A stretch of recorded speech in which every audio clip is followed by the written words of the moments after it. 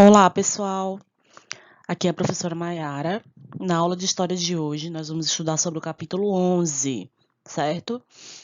O título do capítulo é Povos e Culturas nas Terras Banhadas pelo Mediterrâneo.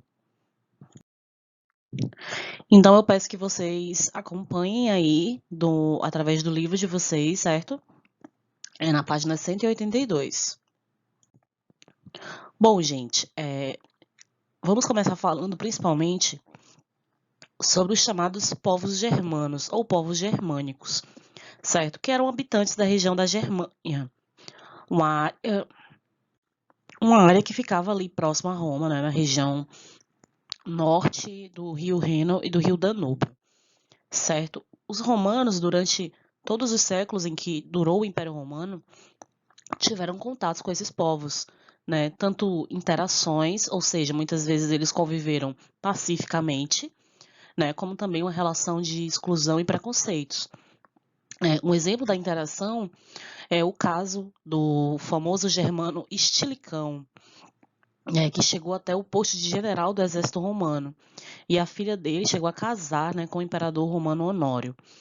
Porém, a relação entre os germanos e os romanos nem sempre foi pacífica. Muitas vezes também houveram períodos de conflitos e até mesmo de preconceito. Os romanos chamavam os germanos de bárbaros, né, porque esses povos não falavam a língua, né, romana, não falavam o latim, e não compartilhavam, né, da cultura e dos costumes romanos. E os romanos se viam como um povo mais civilizado, como um povo com uma cultura superior, e por isso menosprezavam, né, a cultura germânica. Né? Por isso que os romanos chamavam esses povos de bárbaros. Nós vimos no capítulo anterior que os 2 primeiros séculos de duração do Império Romano, aquele período que a gente conhece como Pax Romana, foi o auge do Império, o período de estabilidade, o período de crescimento, um período muito bom, né, de paz para o Império Romano.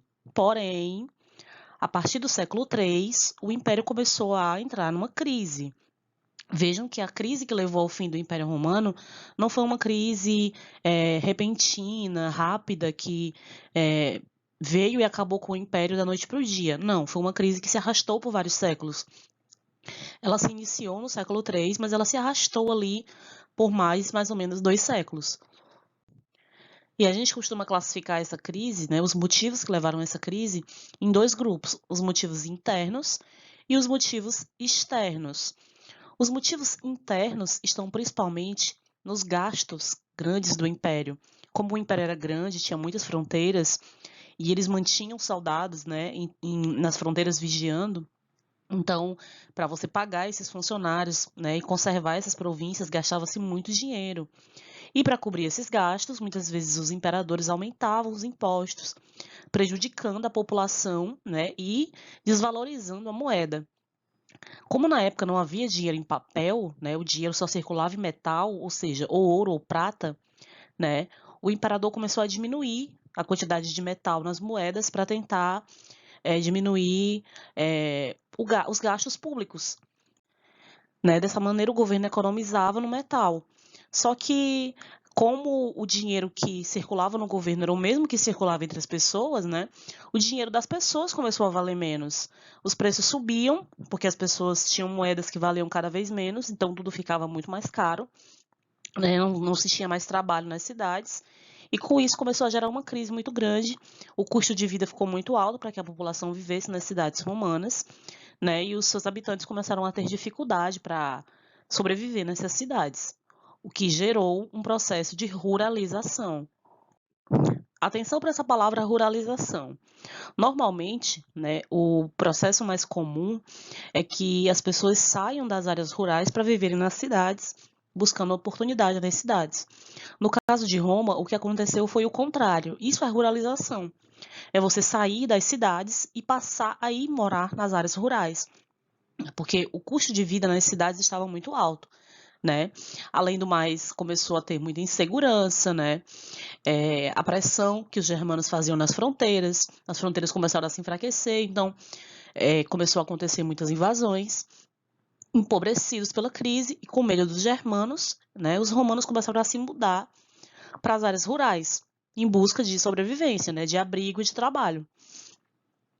Como no campo, a maioria das terras estavam nas mãos dos grandes proprietários, dos latifundiários, os pobres acabavam vivendo dentro das terras desses grandes proprietários e trabalhando para eles como colonos.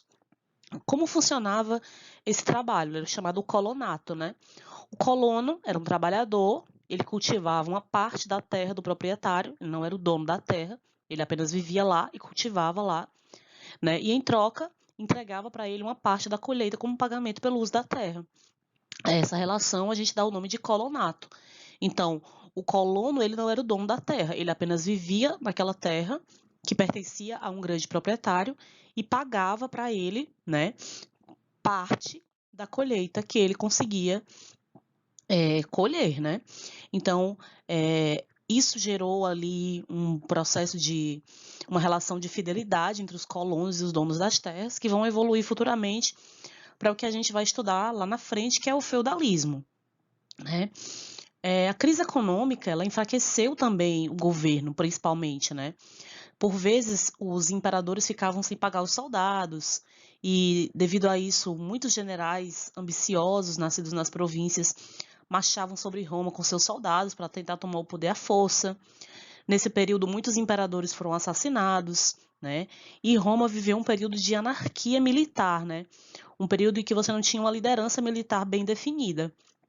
Alguns imperadores tentaram buscar soluções para solucionar essa crise, né? A gente vai ver aqui 3 exemplos, né? O imperador Diocleciano, lá no ano de 285, criou a chamada tetrarquia, um modelo de governo em que Roma teria 4 imperadores, né, divididos em áreas, né, estratégicas para conseguir governar melhor, né? A reforma até que surtiu efeito, porém, quando Diocleciano se afastou do poder por motivo de doença, os generais voltaram a disputar o cargo de imperador e voltou a bagunça de novo.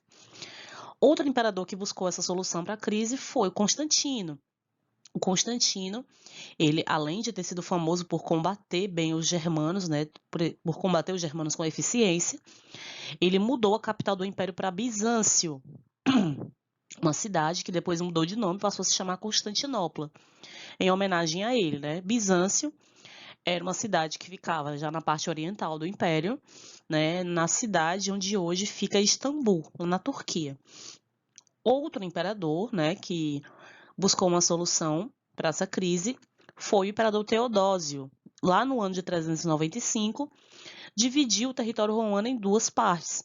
O Império Romano do Ocidente, com a capital em Roma, e o Império Romano do Oriente, com a capital em Constantinopla. Então, se vocês puderem observar, como eu falei no início da aula, a crise do Império Romano, ela não foi rápida, ela foi uma crise lenta que se arrastou, né? As tentativas de solução do imperador Diocleciano foram em 285 e a do Teodósio em 395, mais de um século depois, né?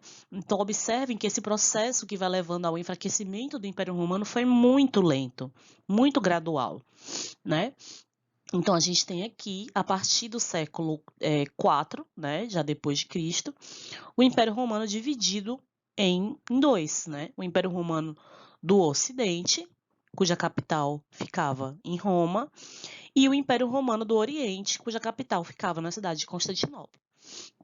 Então, gente, por hoje é isso, certo? Espero que vocês tenham conseguido entender. Qualquer dúvida, vocês sabem onde me encontrar. Leiam o livro e respondam à atividade. Até a próxima aula.